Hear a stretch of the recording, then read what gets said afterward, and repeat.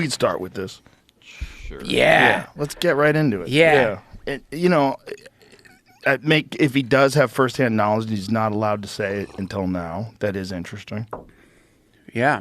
Because I was also under the impression he didn't have firsthand knowledge. So he did, I guess, on the podcast say that he has some firsthand knowledge.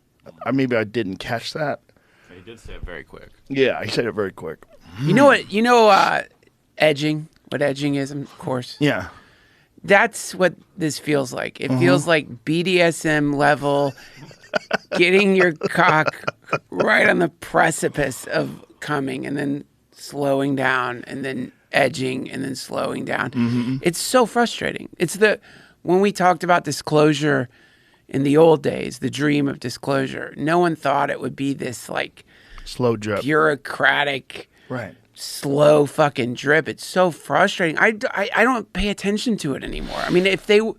But isn't that, like, if you knew anything about human psychology, and I'm sure they do, wouldn't that be the very best way to release this stuff? Yeah. To make it irrelevant? Yeah. That people don't care about it anymore because it's so boring? Totally. They made the most exciting thing boring. They fucking ruined it. They did it with bureaucracy. They just fucking they just signal jammed it.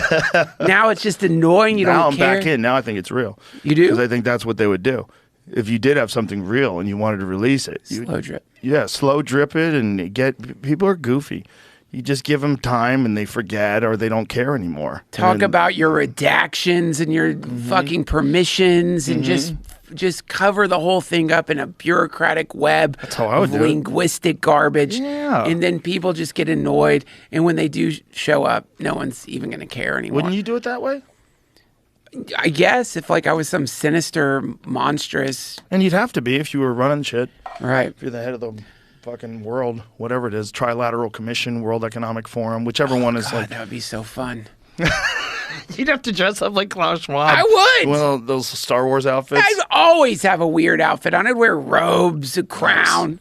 Why not, right? Why not? Yeah, if you were one of those guys and you had the information about aliens and you knew that we had to let it out, that's how I'd let it out. I'd let it out in a really boring way. Yeah. So that everybody just don't care anymore. Yeah. No, I guess that's what they're doing. I mean, that might be what like they're doing. It might be what they're doing.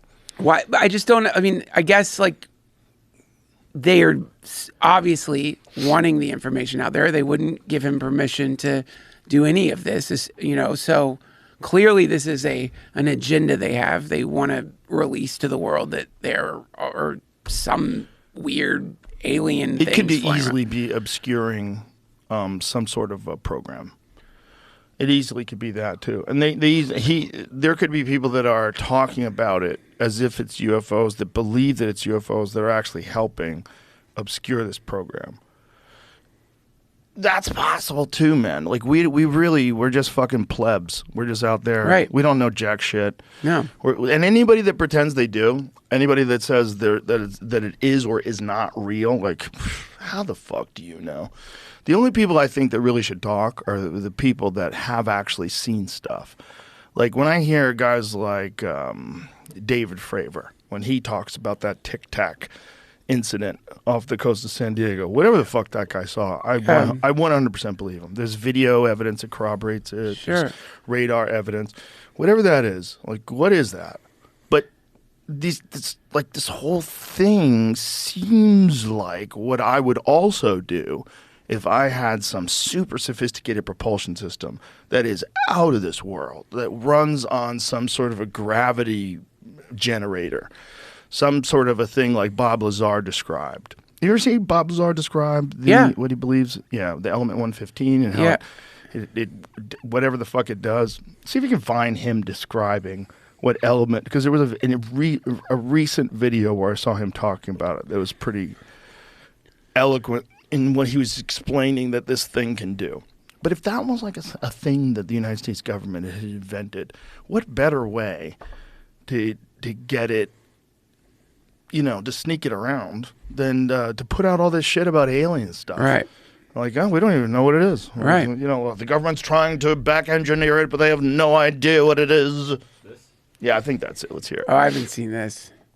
Yeah. Element 115 is a super heavy element. We've only just recently synthesized, we only made 4 atoms of it. The craft uses larger quantities of it, 223 gram little triangles of it. But it's a unique element. When it's exposed to radiation, it produces its own gravitational field, its own anti-gravitational field, and it's what's used to lift and propel the craft and create distortions around it.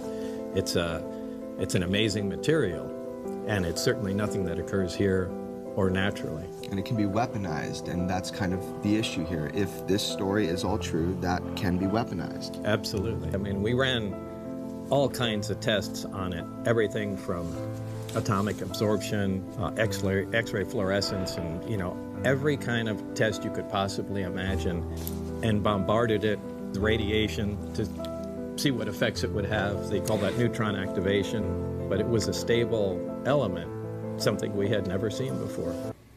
That is from Jeremy Corbell's show that he does with George Knapp. What is that called? Weaponized? That's the name of their show?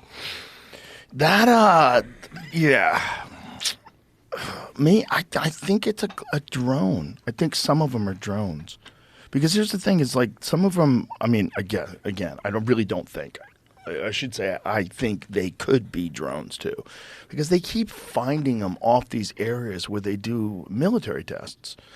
They keep finding these areas where they do like what Fravor was doing. They were running drills, so Right. they're training. So they're training out there in the ocean, and then the same thing is happening with Ryan Graves off the East Coast. They're out there training, and then they're seeing these things.